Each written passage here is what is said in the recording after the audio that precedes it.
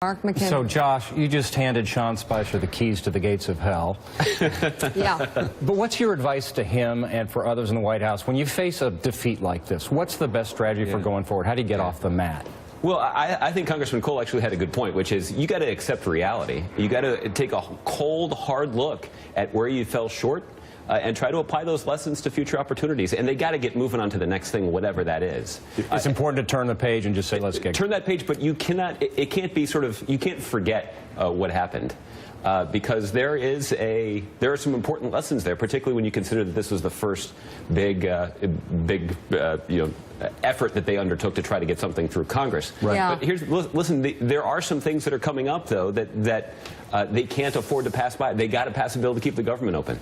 At some point before the end of the year, by the way, that's going to be ugly. That's a good point. I mean, that's the next thing. Right? That is the next thing, and it is not clear what the path is from here. And again, I would be interested to be a fly on the wall for the conversations that Congressman Cole and other responsible members of the Republican Party in Congress are going to have with Democrats as they try to persuade Democrats that they need to vote for increasing the debt limit. That is going to be an interesting conversation. I now find I agree with service a lot more as an MSNBC commentator than as White House press secretary. I'm curious. What did you think when Sean Spicer held that first press conference about the crowd size? I want to know what was going through Josh Earnest's head. Can I just answer Honestly. that? Can I just answer that? He doesn't really want to say, and Tom Cole doesn't want to say, but I've got a feeling that he was thinking the same thing that Tom Cole was thinking, that I was thinking, which is, are you kidding me? Could we talk about things that matter? No, but like, well, can we talk about things that matter? And it's difficult to put yourself in a position where you're saying something that is so easily disproved. Could you ever imagine There's pictures, doing there's that? photographs. Right. No, but It's not even the subject of an argument. So what if the president said to you, I need you to go out and do that? Well, first of all, Would you do that? I wouldn't work for a president that would ask me to do that. But what if he did? Well, again, I think what I would do is I certainly would spend a lot of time making the case to the president why it's a really bad idea to pick this fight, to say something that's so easily disproved, and to do something that is going to so blatantly undermine the credibility of somebody that you're going to be relying on to make a case for you. Yeah. And that has impaired their ability to advance their agenda. Hey, Congressman Cole, can I ask you? It's related. Can I ask you a question? It's sort of a personal, almost a point of personal privilege here. This morning, one of Mika's friends is fighting for her life against cancer. We had Senator Coons on, whose father would watch our show and call him all the time. It's very tough for him to even come on this set and not tear up. Died of pancreatic cancer. My mother and millions of Americans like her have been fighting dementia. My son has been fighting diabetes since he was a young age.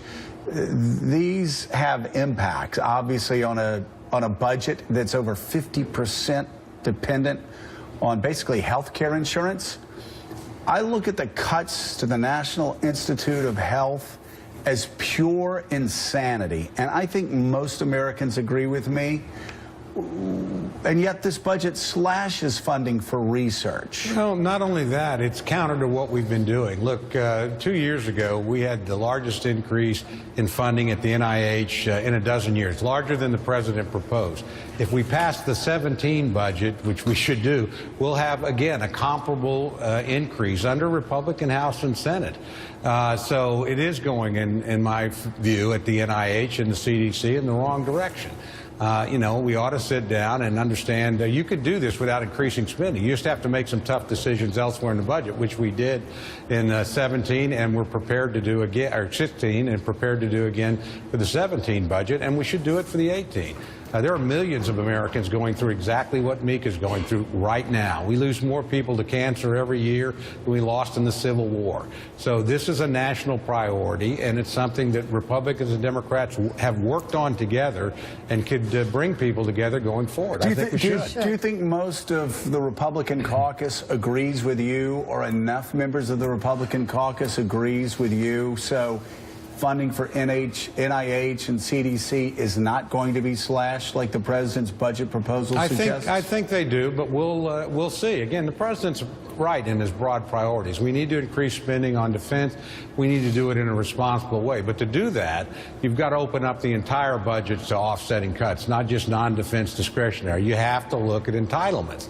And actually, President Obama offered 2 entitlement reforms in 2014, changed CPI and means testing for Medicare that would more than finance this defense increase. And we ought to look at them. All right. Congressman Tom Cole, thank you.